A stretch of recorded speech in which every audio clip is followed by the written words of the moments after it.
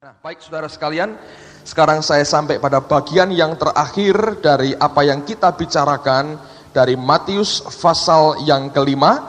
Sekarang mari kita teruskan pada bagian yang terakhir. Mari buka Alkitab saudara dalam Injil Matius pasal yang kelima.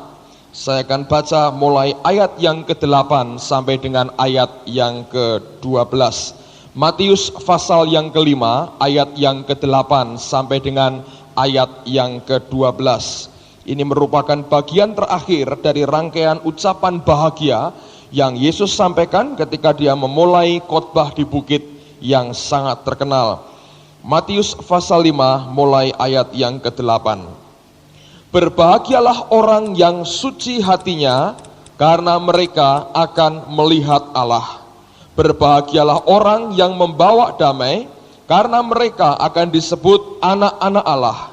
Berbahagialah orang yang dianiaya oleh sebab kebenaran, karena merekalah yang empunya kerajaan surga.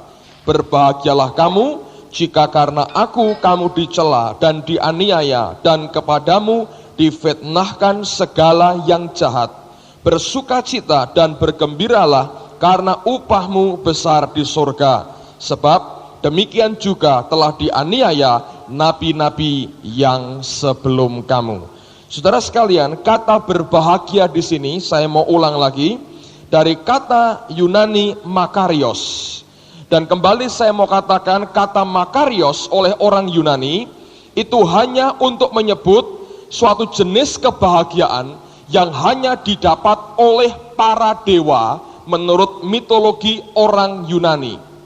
Nah, yang luar biasa, Yesus menggunakan akan kata yang sama untuk memulai akan perkataan-perkataannya ketika dia mengucapkan akan ucapan bahagia. Dia berkata berbahagialah, berbahagialah, berbahagialah.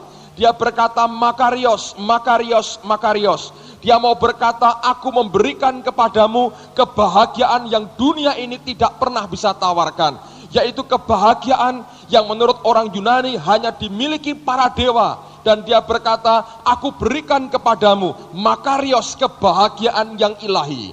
Dan dia mulai dengan ayat yang ketiga, berbahagialah orang yang miskin di hadapan Allah, berbahagialah orang yang berduka cita, berbahagialah orang yang lemah lembut, berbahagialah orang yang lapar dan haus akan kebenaran, dan kemudian berbahagialah orang yang murah hatinya.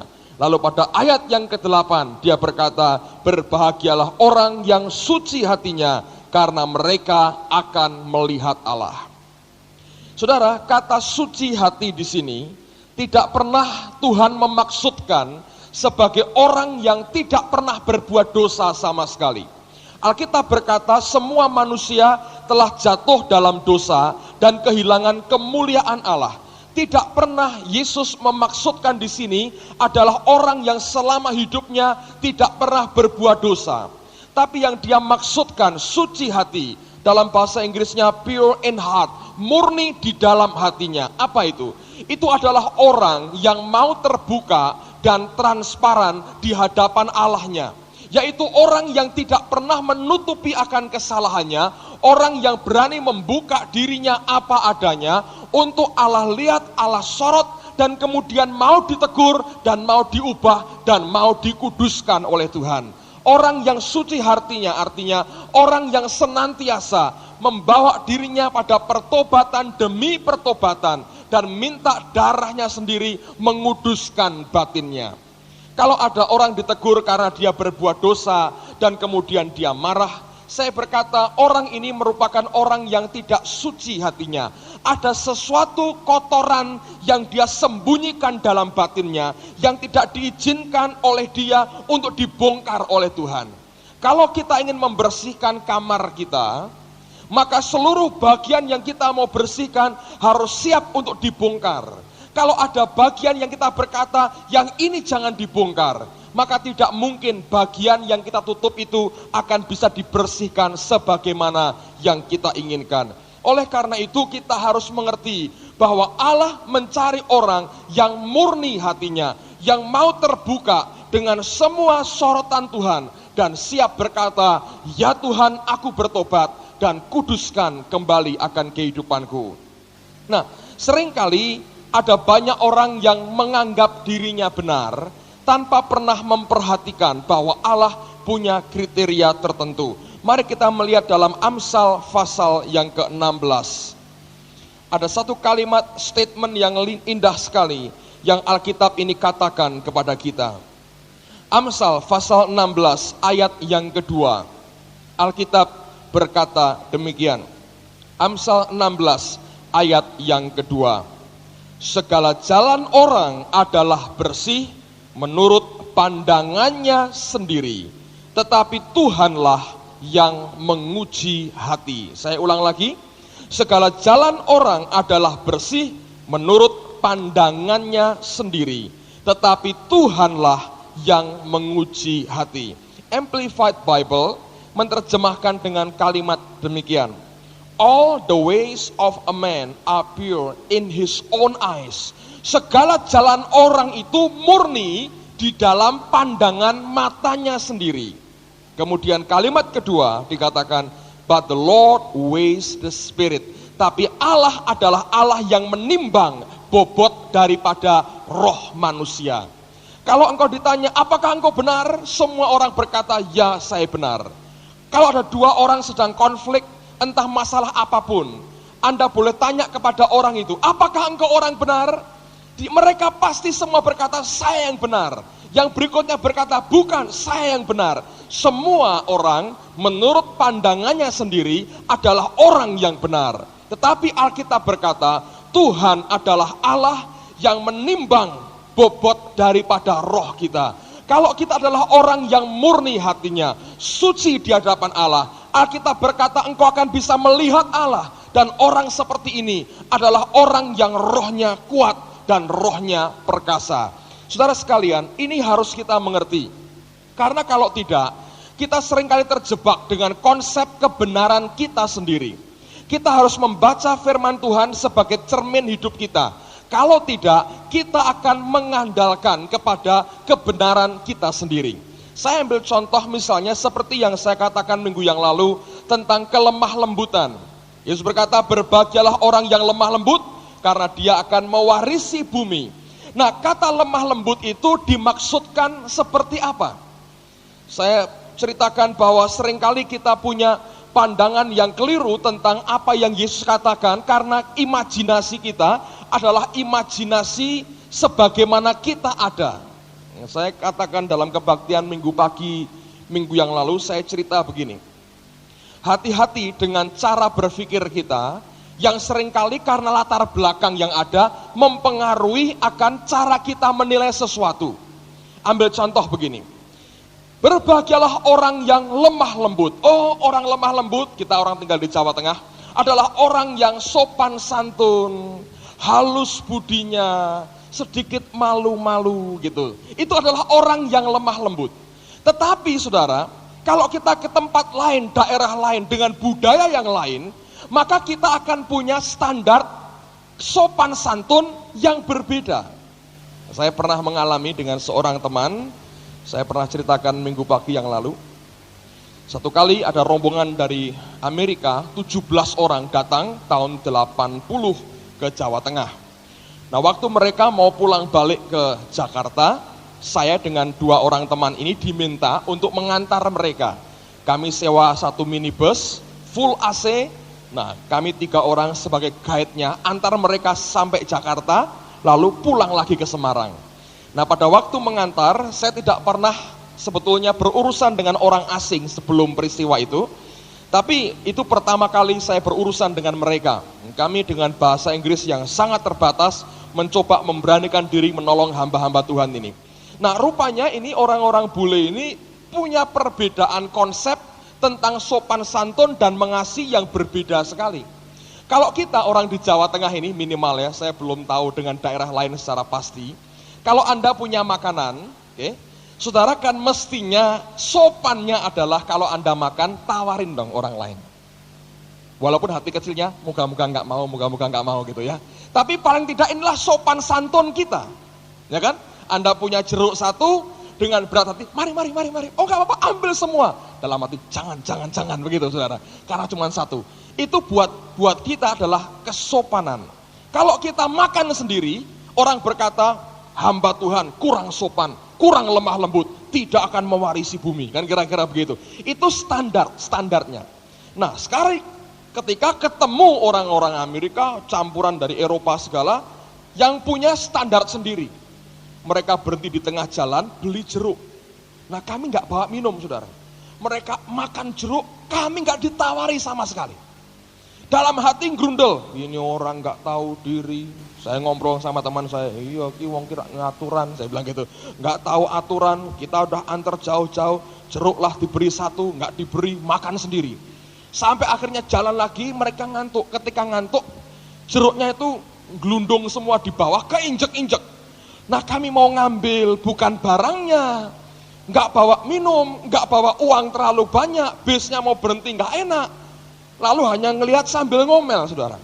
Kira-kira tengah malam, ada satu orang yang bangun. Dia bangun, nggak tahu bagaimana, mungkin roh Tuhan menggerakkan hatinya, saya nggak tahu, saudara. Tapi yang dia lihat adalah jeruk yang terinjak-injak, dan 3 orang anak muda dari Indonesia ini sedang keleleran kehausan, saudara. Nggak ngerti apa, mesti berbuat apa. Lalu kemudian dia ambil jeruknya, dan dia tawarkan. Nah, untung pada waktu itu saya masih ingat, oh, cara orang asing dengan orang kita ini beda. Mereka nawarkan itu tulus. Kalau kamu tolak, mereka anggap itu tulus, bukan basa-basi. Kalau kita kan tidak. Kalau ditawari orang makan, kata kita ya, budaya kita, jangan langsung ya. Kelihatan kalau rakus. Gitu. Tolak dulu 3 kali, setelah keempat, ya ambil, katanya begitu. Nah, itu artinya sopan santun. Seringkali kalau Anda ketemu dengan orang, bertamu ke rumah orang, mari Pak makan. Oh enggak, sudah, tapi ikut terus ke kamar makan, saudara, dan menghabiskan 3 piring, biasanya begitu. Tapi itulah sopan santun, itulah kelemah lembutan kita, budi pekerti yang halus, saudara, itu konsep kita orang di Jawa Tengah. Jadi saya ngerti itu, lalu kemudian dia tawarkan, teman saya pakai standar Jawa Tengah, no thank you katanya, nggak diulang, saudara, gantian saya ditawari. Saya bilang, thank you, saya ambil 1. Dan yang teman satu, yang satunya tidur, nggak ditawari. Terus dia tidur lagi. Dia tidur lagi, saya makan jeruk saya. Dalam hati saya bilang, rasain kamu, nggak bisa dapat jeruk. Ketika saya makan jeruknya, nyesel dia. Lalu mulai kayak begini. Shh, shh. Saya bilang, shh, shh. Sorry, saudara. Nah, itu apa yang terjadi? Karena perbedaan persepsi. Apakah ini bule-bule ini kurang ajar? Oh, ya menurut saya, menurut ukuran tradisi kita di Jawa Tengah ini, ya dong. Kenapa enggak kamu bagikan kepada saya?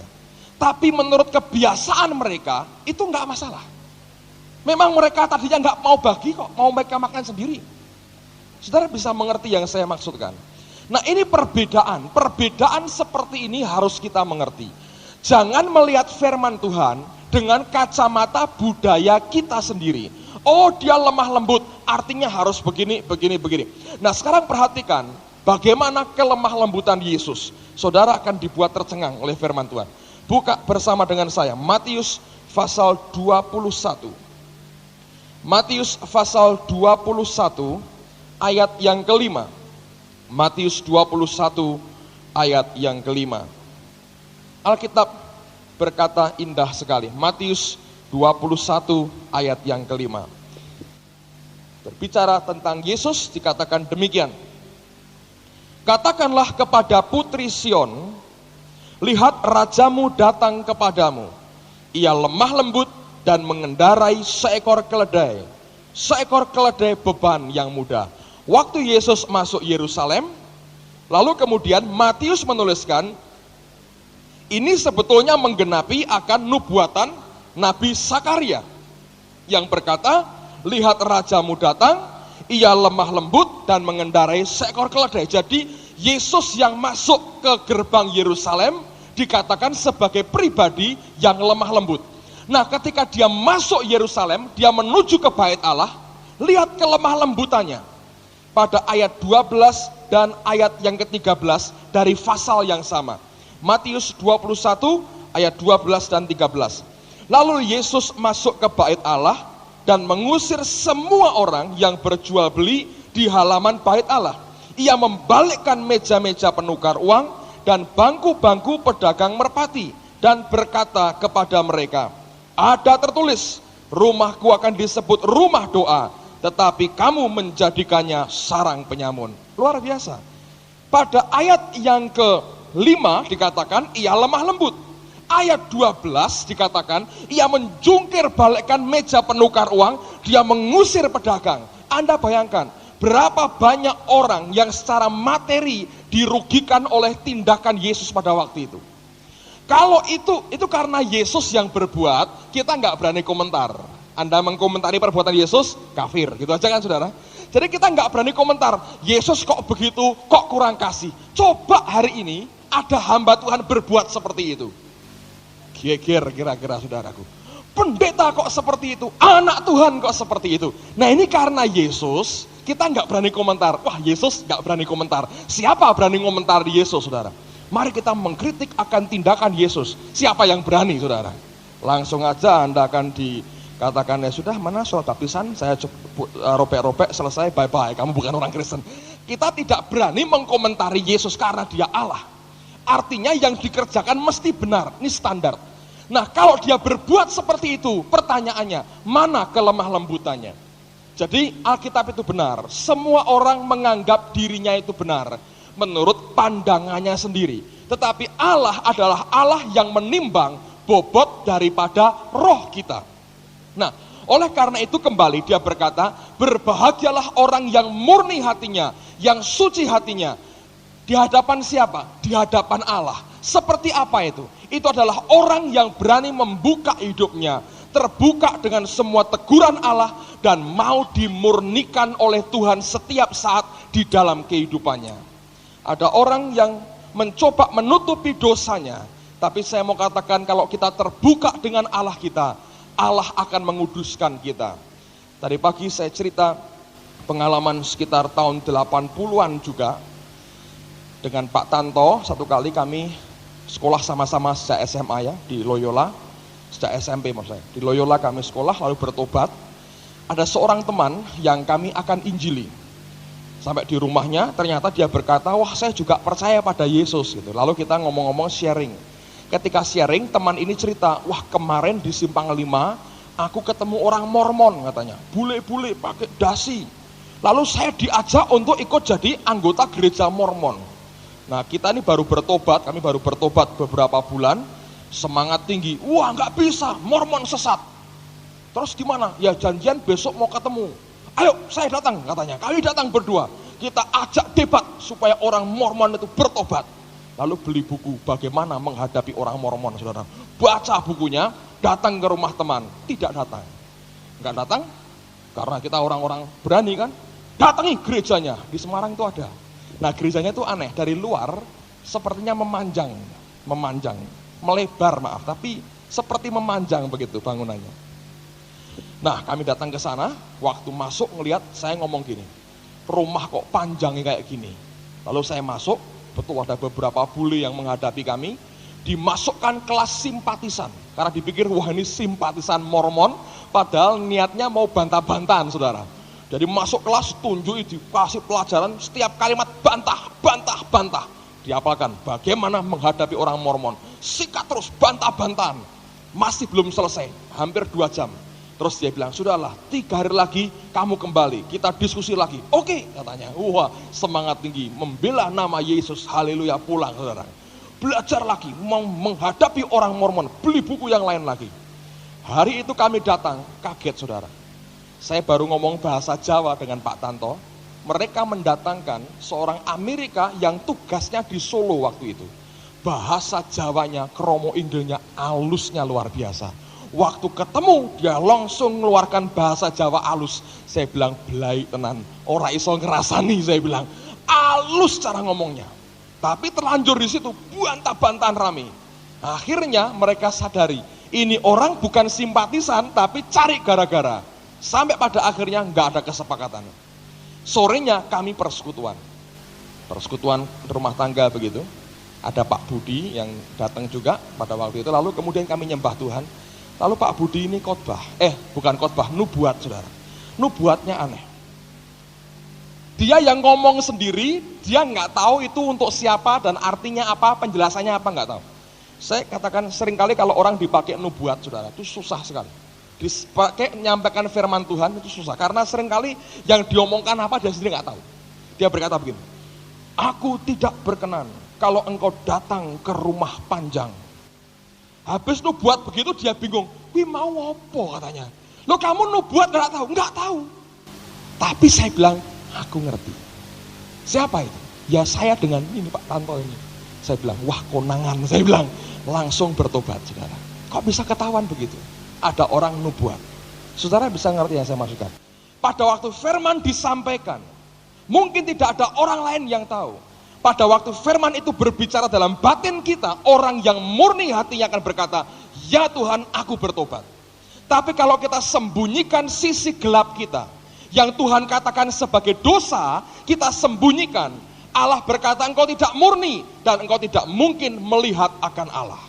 Saudara sekalian, hanya orang yang murni hatinya, dia akan bisa mendapatkan pekerjaan-pekerjaan dan semua hal yang membawa pada kehidupan. Tapi kalau tidak ada kemurnian dalam batin kita, justru kematian. Lihat akan surat Ibrani, saudara. Ibrani pasal yang ke-9. Ibrani pasal 9 ayat yang ke-14. Anda perhatikan khususnya nanti pada kalimat yang terakhir. Ibrani 9 ayat 14. Betapa lebihnya darah Kristus yang oleh roh yang kekal telah mempersembahkan dirinya sendiri kepada Allah sebagai persembahan yang tak bercacat, akan menyucikan hati nurani kita dari perbuatan-perbuatan yang sia-sia, supaya kita dapat beribadah kepada Allah yang hidup. Dikatakan darah Yesus akan menyucikan hati nurani kita dari semua perbuatan-perbuatan yang sia-sia.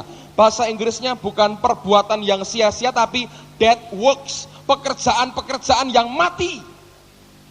Kalau nurani tidak bersih, yang keluar itu pekerjaan yang mati. Kalau nurani kita bersih, sebaliknya kehidupan akan keluar. Saya mau saksi, saya mau cerita.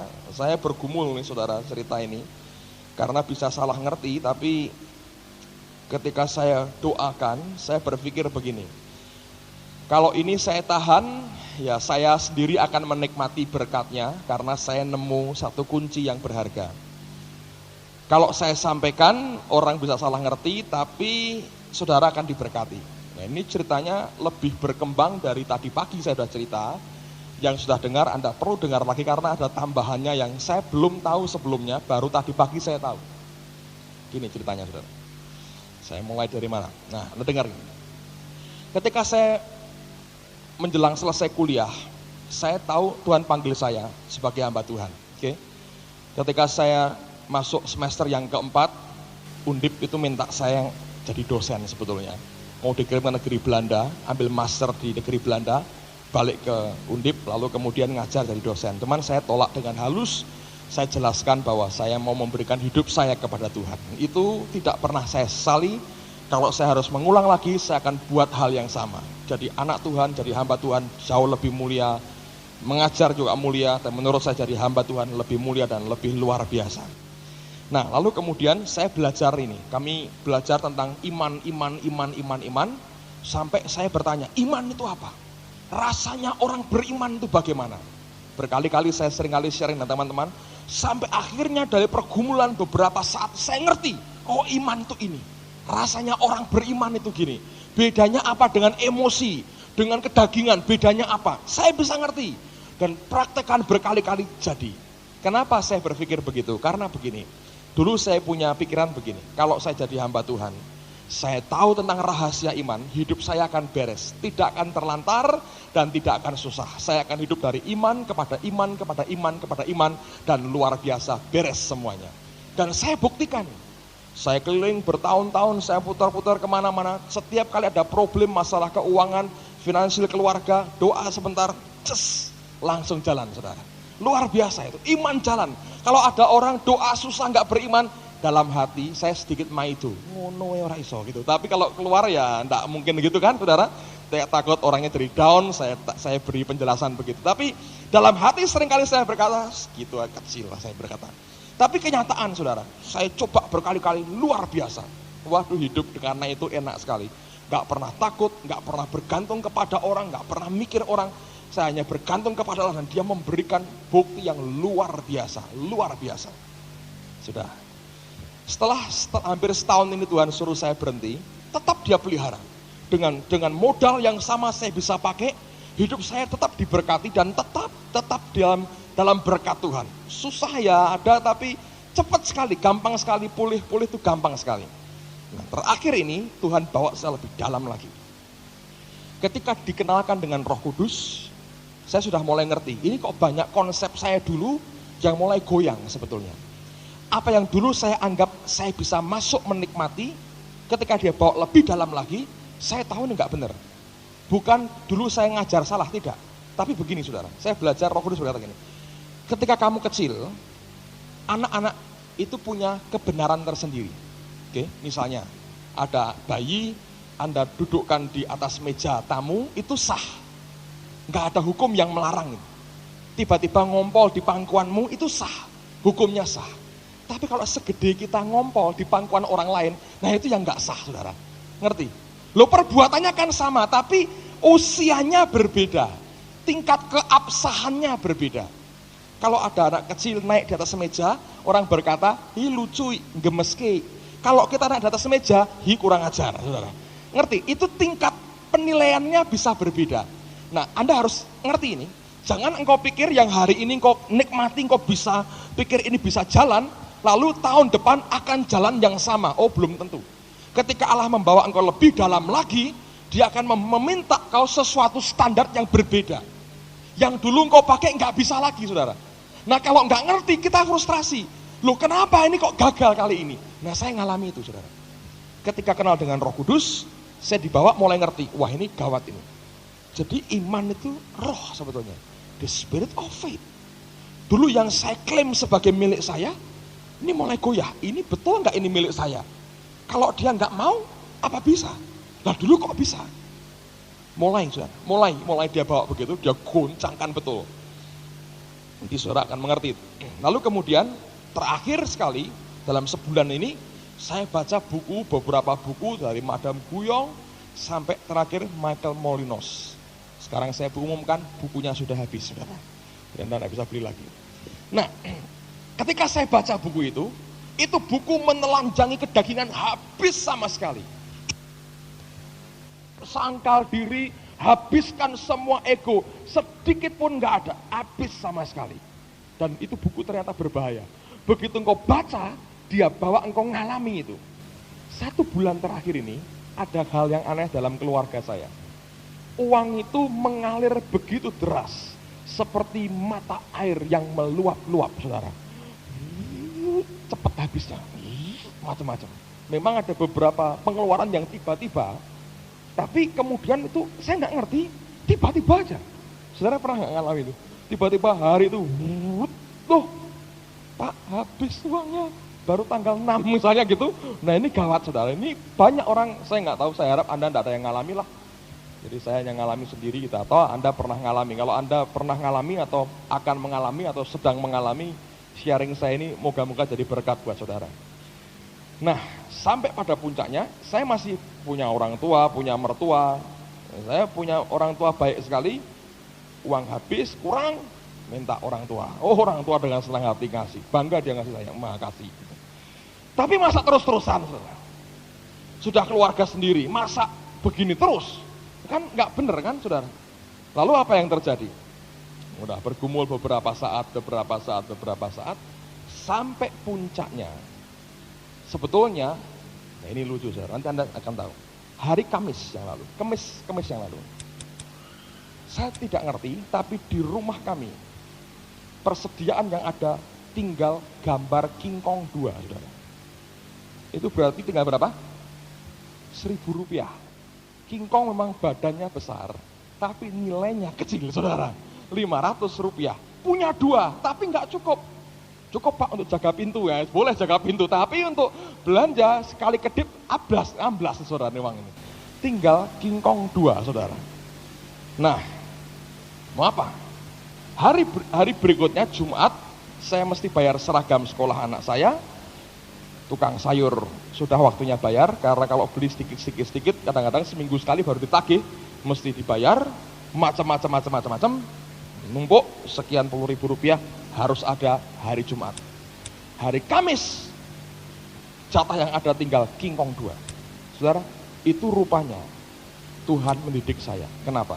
Saya baru tahu tadi pagi, ada seorang saudara datang minta maaf pada istri saya. Hari Minggu yang lalu sebetulnya, ada orang titip uang kepada dia. Dia bilang, tolong serahkan Pak Agung. Tapi uang itu dimasukkan persembahan, saudara, tanpa keterangan apa-apa. Itu rupanya Tuhan mendidik saya. Kenapa? Saya baru tahu tadi pagi, ada seorang saudara datang minta maaf pada istri saya. Hari Minggu yang lalu sebetulnya, ada orang titip uang kepada dia. Dia bilang, tolong serahkan Pak Agung. Tapi uang itu dimasukkan persembahan, saudara, tanpa keterangan apa-apa. Bendahara dengar, saya nggak mau minta balik itu untuk Tuhan, ngerti? Jangan ditanya siapa orangnya, jangan tanya orangnya berapa jumlahnya, jangan mencoba dikembalikan kepada saya, karena itu Tuhan bilang bukan jatahmu. Dititipi orang begitu, dikasihkan persembahan. Ini kan artinya masuk kas gereja. Kalau ada tulisannya untuk Pak Agung akan sampai ke saya. Tidak ada. Anda harus tahu. Jangan berkata, iya kamu dikasih, ada orang ngasih, gampang. Kalau bukan dari Tuhan, saudara, nyasarnya ke situ, ngerti? Tetap Tuhan yang punya. Tuhan bilang, dari aku, kembali untuk aku, mampir ke kamu, tidak usah, katanya begitu. Nah kalau nggak usah mampir, ini yang repot, saudara. Ngerti? Kingkong 2, hari Kamis mau doa malam. Jam 7, saya sudah siap-siap masuk kamar. Istri saya sedang tegang dengan Tuhan, saya nggak tahu apa yang dia gumulkan. Lalu kemudian saya duduk di kamar di karpet bawah.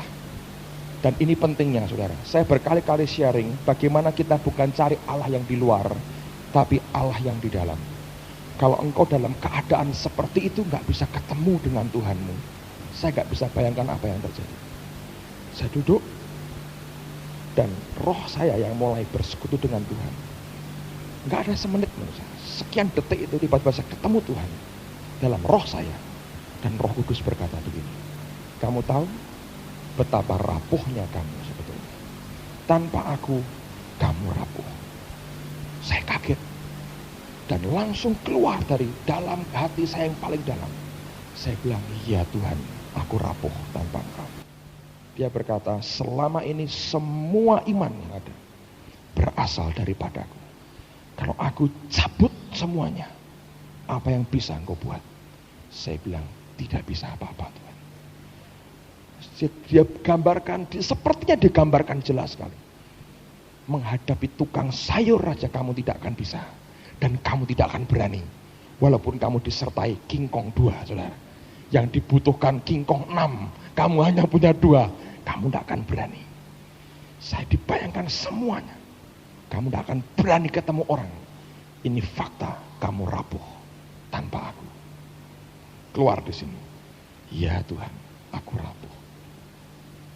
Dia berkata, semua itu dari aku.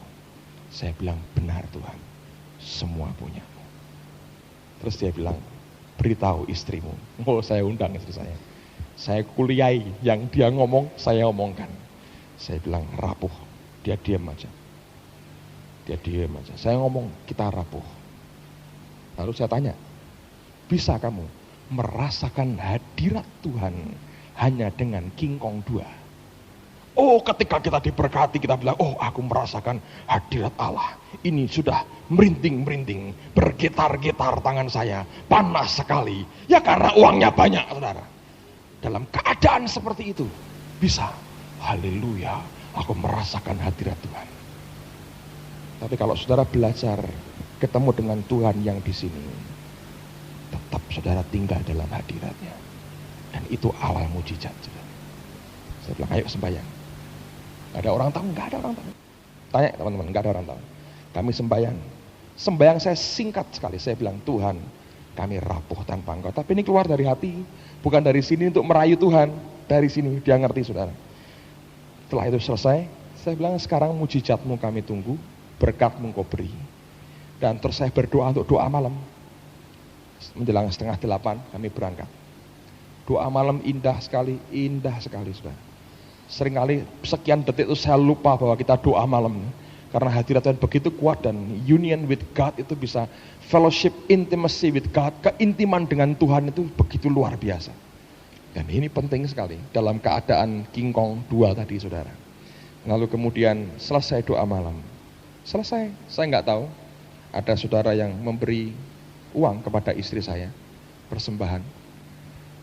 Saya nggak ngerti itu. Lalu kemudian sampai di rumah, dia bilang gini, besok mau potong rambut? Saya bilang, kamu mencobai imanku ya? Dia bilang, oh kamu berdoa sendiri tapi tidak beriman. Baru tahu bahwa ada orang yang memberi persembahan. Lalu ada yang lain lagi memberi saudara. Ratusan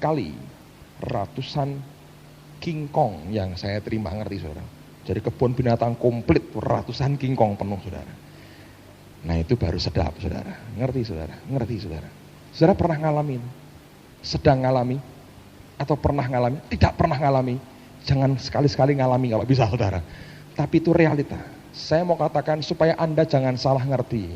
Oh ya itu khotbah ngomong Tuhan hadiratnya enak sekali, ya kamu punya semua.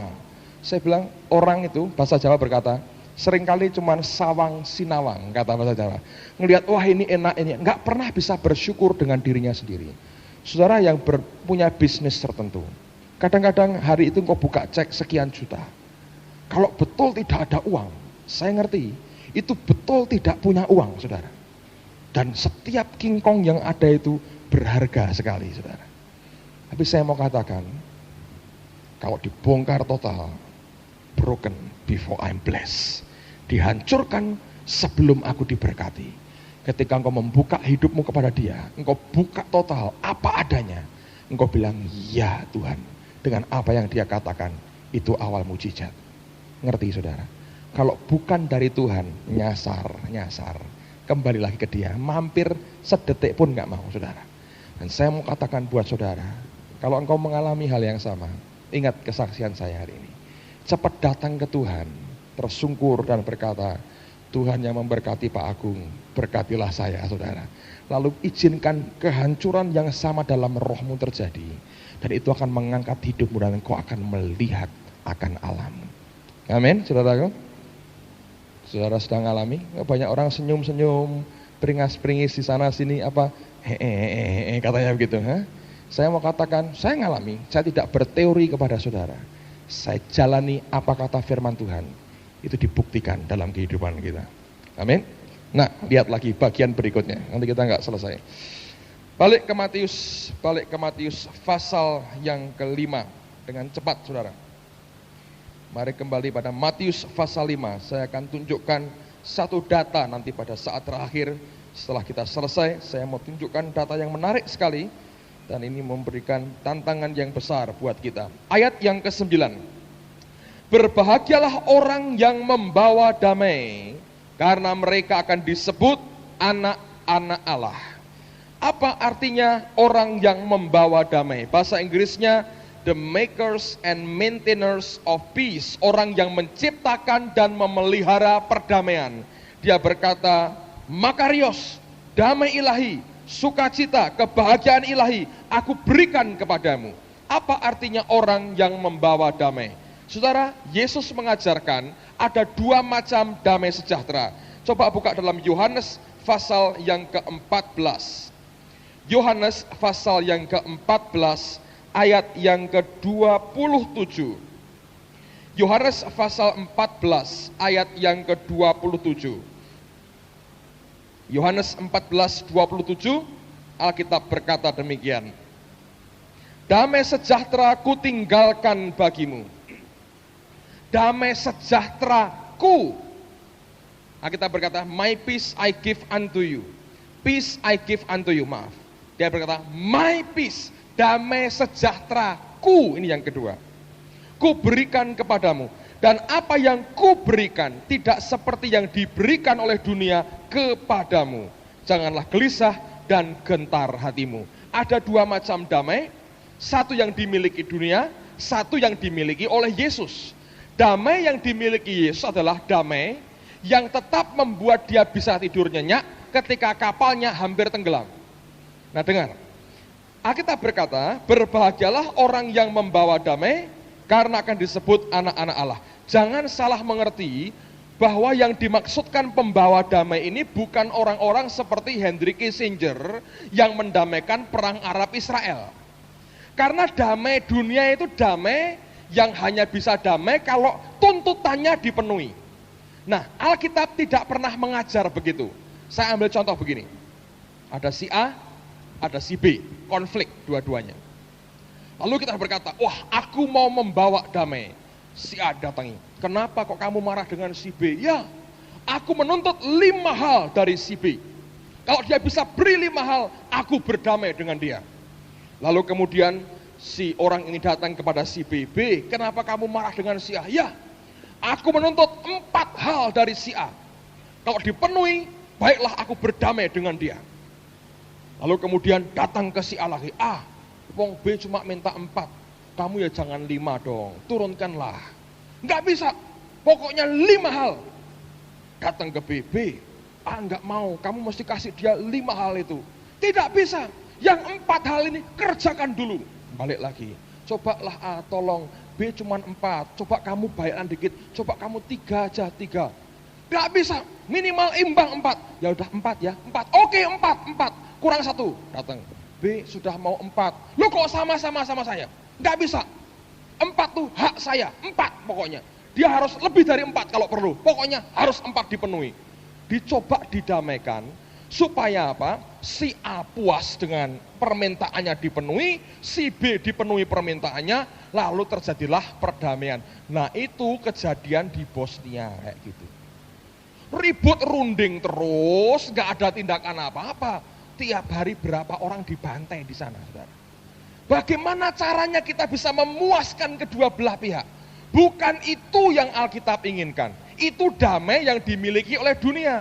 Aku damai kalau utangku lunas semua. Aku damai kalau penyakitku sembuh. Aku damai kalau mobilku ganti. Aku damai kalau rumahku enggak kebanjiran lagi. Itu damai dunia. Damai yang karena tuntutan pribadinya dipenuhi. Yesus punya damai yang berbeda. Damai yang tetap membuat dia tidur nyenyak ketika kapal yang ditumpangi hampir tenggelam. Damai yang tidak bergantung apakah kemauannya dipenuhi atau tidak. Pokoknya aku bersandar kepada apa yang Tuhan janjikan dan proteksi Allah atas kehidupanku. Nah, pembawa damai adalah kalau saudara dengan pengurapan roh Allah menyampaikan firman Allah, membuat damai orang itu di tengah-tengah kesulitan dan tantangan dalam hidupnya.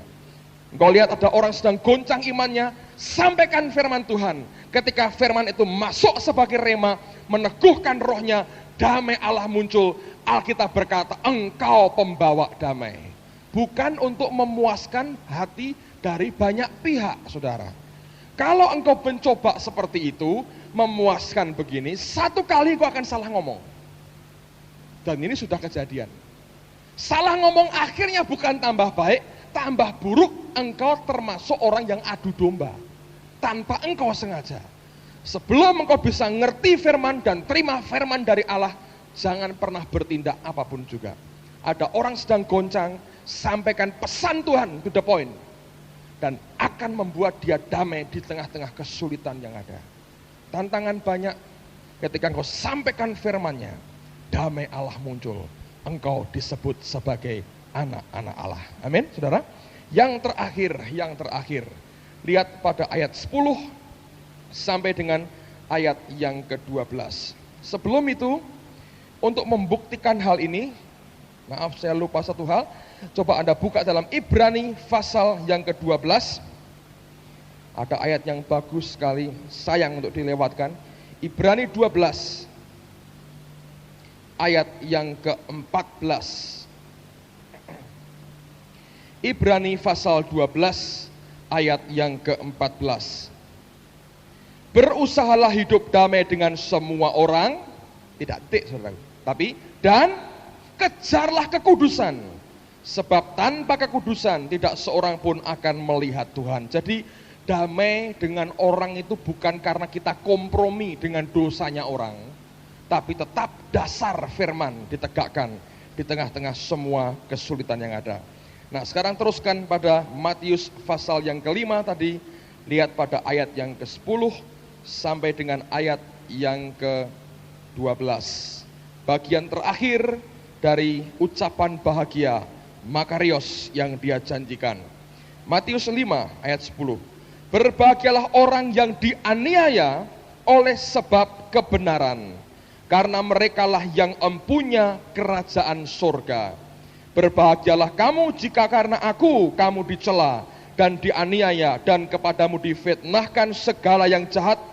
Bersukacita dan bergembiralah, karena upahmu besar di surga. Sebab demikian juga telah dianiaya nabi-nabi yang sebelum kamu. Jangan salah mengerti, bukan dimaksudkan berbahagia dianiaya karena perbuatan benar. Kalau perbuatan benar subjektif, menurut siapa yang benar. Tapi dianiaya oleh sebab kebenaran. Pilatus pernah bertanya, what is the truth? Apa itu kebenaran? Dan tidak pernah ada jawabannya. Karena orang tidak pernah bisa menatakan kebenaran adalah ini, enggak bisa. Yesus berkata, akulah jalan, akulah kebenaran, dan akulah hidup. Kebenaran adalah Yesus sendiri. Orang yang dianiaya oleh sebab kebenaran adalah orang yang rela menderita aniaya oleh sebab Yesus, oleh sebab namanya, dianiaya oleh karena nama Yesus. Saudara sekalian, saya tahun lalu ke Toronto dan diberi buku seorang teman, judulnya Anointed for Burial. Diurapi untuk dikuburkan, dimakamkan. Ini menceritakan kisah suami istri bernama Todd Burke, orang Amerika, yang 20 bulan sebelum kota Phnom Penh jatuh ke tangan Khmer Merah, dia disuruh Tuhan masuk ke kota Phnom Penh. Saya baca tadi pagi di Kompas, ada seorang anggota kepolisian kita yang meninggal karena kecelakaan di Phnom Penh, di Kamboja. Ada cukup banyak korban di sana dan hari ini beberapa anggota pasukan Garuda Indonesia ditugaskan dalam rangka misi PBB di Kamboja. Itu hal yang luar biasa. Nah, orang ini, Todd Burke ini, dikirim Tuhan 20 bulan sebelum Phnom Penh jatuh ke Khmer Merah. Saudara, ketika dia datang, diberi izin visa masuk tinggal beberapa hari. Kurang 3 hari visanya habis, dia menghadap ke Kementerian Luar Negeri, dan ternyata mengalami kesulitan. Pejabatnya ngomong begini, orang Khmer sudah punya agama. Kamu datang mau apa? Oh, saya mau memberitakan Yesus. Ya, orang Khmer sudah punya agama. Untuk apa kamu datang memberitakan Yesus? Karena Yesus keselamatan. Nah, bedanya apa? Oh, dia berkata, agama itu katanya usaha manusia untuk mencari Allah. Tapi Yesus adalah Allah yang turun ke dunia mencari manusia. Oh begitu, ya boleh kalau begitu katanya. Beda itu beda, ya betul beda. Akhirnya dia berkata, coba 3 hari lagi saya beri keputusan, bisa nggak diperpanjang? Tapi ini orang beriman, langsung dia hari berikutnya buat kelas bahasa Inggris, tapi isinya Bible study. Dan mereka pada bertobat dan diberi visi. Kenapa kita nggak buat KKR di Phnom Penh untuk orang-orang yang belum diselamatkan? Mereka sehati, mereka berdoa, mereka berseru kepada Allah. 3 hari kemudian datang lagi, dia cari paspornya dan diberi izin tinggal setahun dan bisa diperpanjang lagi. Langsung dia buat KKR dan banyak orang diselamatkan dan disembuhkan. Banyak mujizat terjadi. Akhirnya dia bentuk gereja dan diberi nama Gereja Maranatha. Tapi nggak ada hubungan dengan Weiner, tapi dia buat pakai nama yang sama dan dia training orang-orang itu untuk mencintai Tuhan. Dia kirim banyak pekerja ke kota-kota lain, ke Battambang, ke Pailin, dia kirim ke sana. Dan kegerakan terjadi, luar biasa. Tuhan dipermuliakan, indah sekali. Sampai akhirnya, beberapa saat sebelum Phnom Penh jatuh, Tuhan bicara ke dia, kamu harus keluar dari negeri ini dan pindah ke Bhutan di Nepal. Kamu masuk di negeri yang tertutup bagi Injil sama sekali. Dia bergumul, beberapa konfirmasi dia terima, tapi dia masih berkata, Tuhan, aku masih mau tungguin gereja ini. Sekalipun Khmer Merah masuk Phnom Penh dan keadaan makin berbahaya, Tetap aku mau tinggal di sini.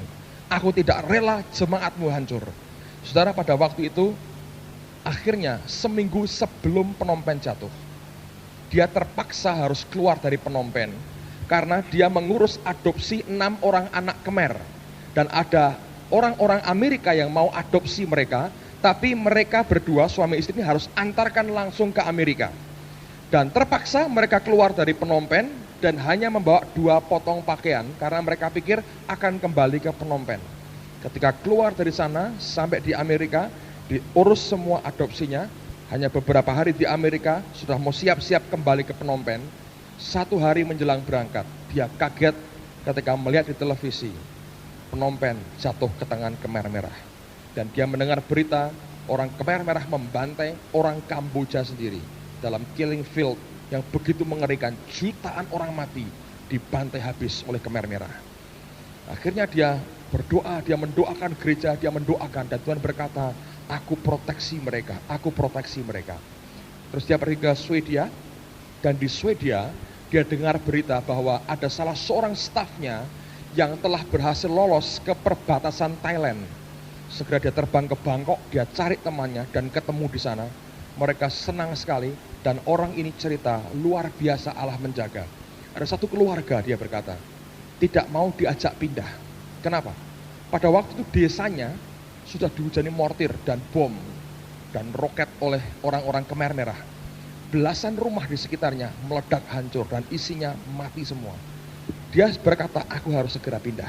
Malam sebelum dia pindah, dia berdoa dan Tuhan beri penglihatan. Ada seperti pagar api mengitari rumahnya. Dan Allah berkata, kalau kamu berani tidak pergi, aku jagai engkau. Dan dia bilang, ya Tuhan, kami dan keluarga kami tidak keluar dari rumah ini. Dan mereka dijagai Tuhan.